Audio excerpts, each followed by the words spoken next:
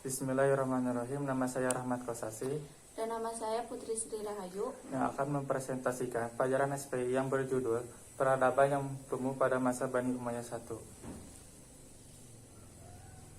Peradaban Islam pada Bani Umayyah dimulai sejak terbunuhnya Ali bin Abi Thalib oleh kaum Khawarij yang tidak sesuai dengan keputusan Ali bin Abi Thalib oleh khalifah terakhir dari Rasidin yang melakukan perdamaian dalam perang Siffin dengan pihak Muawiyah yang kemudian menjadi khalifah pertama Bani Umayyah pada 661 Masehi atau 41 Hijriah.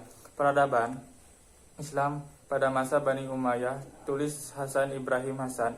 Perjalanan selama kurang 90 tahun dengan 14 orang khalifah mereka adalah Muawiyah bin Abi Sufyan, Yazid bin Muawiyah, Muawiyah bin Yazid, Marwan bin Al-Hakam, Abdul Malik bin Marwan, Al-Walid bin Muhammad, Sulaiman bin Abdul Malik, Umar bin Abdul Aziz, Yazid bin Umar, Hisam bin Abdul Malik, Al-Walid bin Muhammad, Yazid bin Muhammad, Ibrahim bin Muhammad, dan Marwan bin Muhammad. Namun dari 14 khalifah di atas hanya 5 saja yang merupakan khalifah besar menurut Harun Nasution. Mereka adalah Muawiyah bin Abi Sufyan 661 sampai 680 Masehi, Abdul Malik bin Marwan 685 sampai 705 Masehi, Al-Walid bin Abdul Malik, Umar bin Abdul Aziz 717 sampai 720 Masehi. Yang selanjutnya akan dibacakan oleh teman saya. Peradaban yang tumbuh pada masa Bani Umayyah I. Pengembangan budaya, filsafat, dan ilmu pada masa Bani Umayyah I difokuskan pada beberapa bidang, diantaranya 1. Ilmu pengetahuan. A. Ilmu tafsir. Setelah Daulah Umayyah I berdiri, maka kaum muslim berhajat kepada hukum dan undang-undang yang bersumber dari Al-Quran, sedangkan para quro dan mufasirin menjadi tempat bertanya masyarakat dalam bidang hukum. Pada zaman ini, keberadaan tafsir masih berkembang dalam bentuk lisan dan belum dibukukan.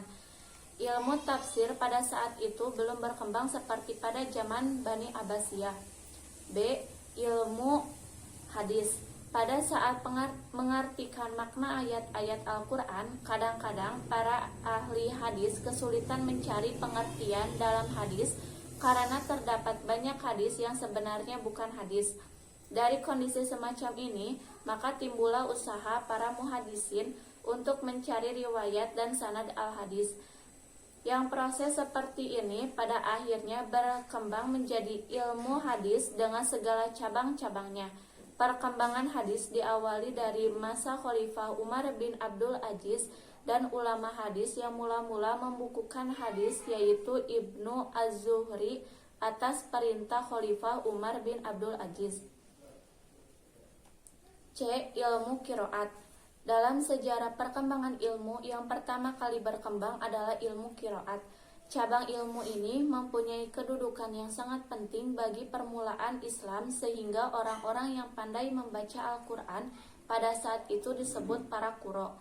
Setelah pembukuan dan penyempurnaan Al-Quran pada masa Khulafaur Rasyidin dan Al-Quran yang sah dikirim ke berbagai kota wilayah bagian, maka lahirlah dialek bacaan tertentu bagi masing-masing penduduk kota tersebut, dan mereka mengikuti bacaan seorang qori yang dianggap sah bacaannya. Akhirnya muncul dan masyhurlah 7 macam bacaan yang sekarang terkenal dengan nama qiraat sab'ah. Kemudian selanjutnya ditetapkan sebagai bacaan standar atau dasar bacaan. D. Ilmu Nahu. Mulai mempelajari tata bahasa Arab yang terkenal dengan nama-nama Nahu adalah ketika seorang bayi mulai berbicara di lingkungannya. Tanpa tata bahasa, maka pembicaraan tidak akan baik dan benar.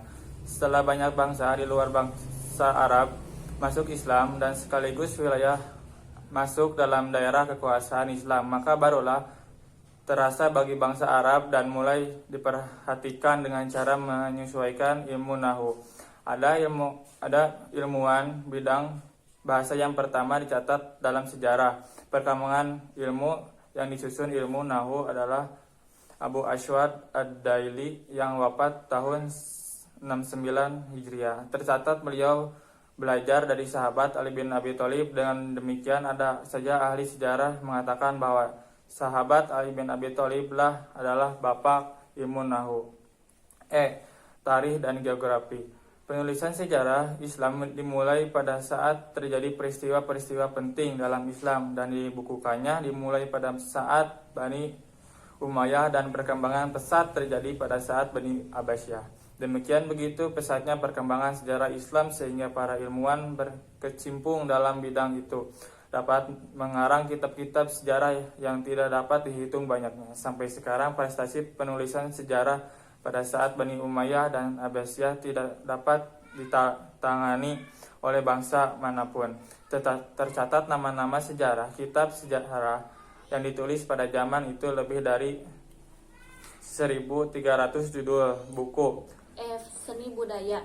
Umat Islam pada masa Bani Umayyah selain telah mencapai kemajuan dalam politik, ekonomi dan ilmu pengetahuan, qiraat, nahwu, hadis dan tafsir, dan juga telah tumbuh berkembang seni budaya, seni bahasa. Pada masa ini, seni dan bahasa mengambil tempat yang penting dalam hati pemerintah dan masyarakat Islam pada umumnya. Pada saat kota-kota seperti Basra dan Kufah adalah pusat perkembangan ilmu dan sastra, orang-orang Arab Muslim berdiskusi dengan bangsa-bangsa yang telah maju dalam hal bahasa dan sastra.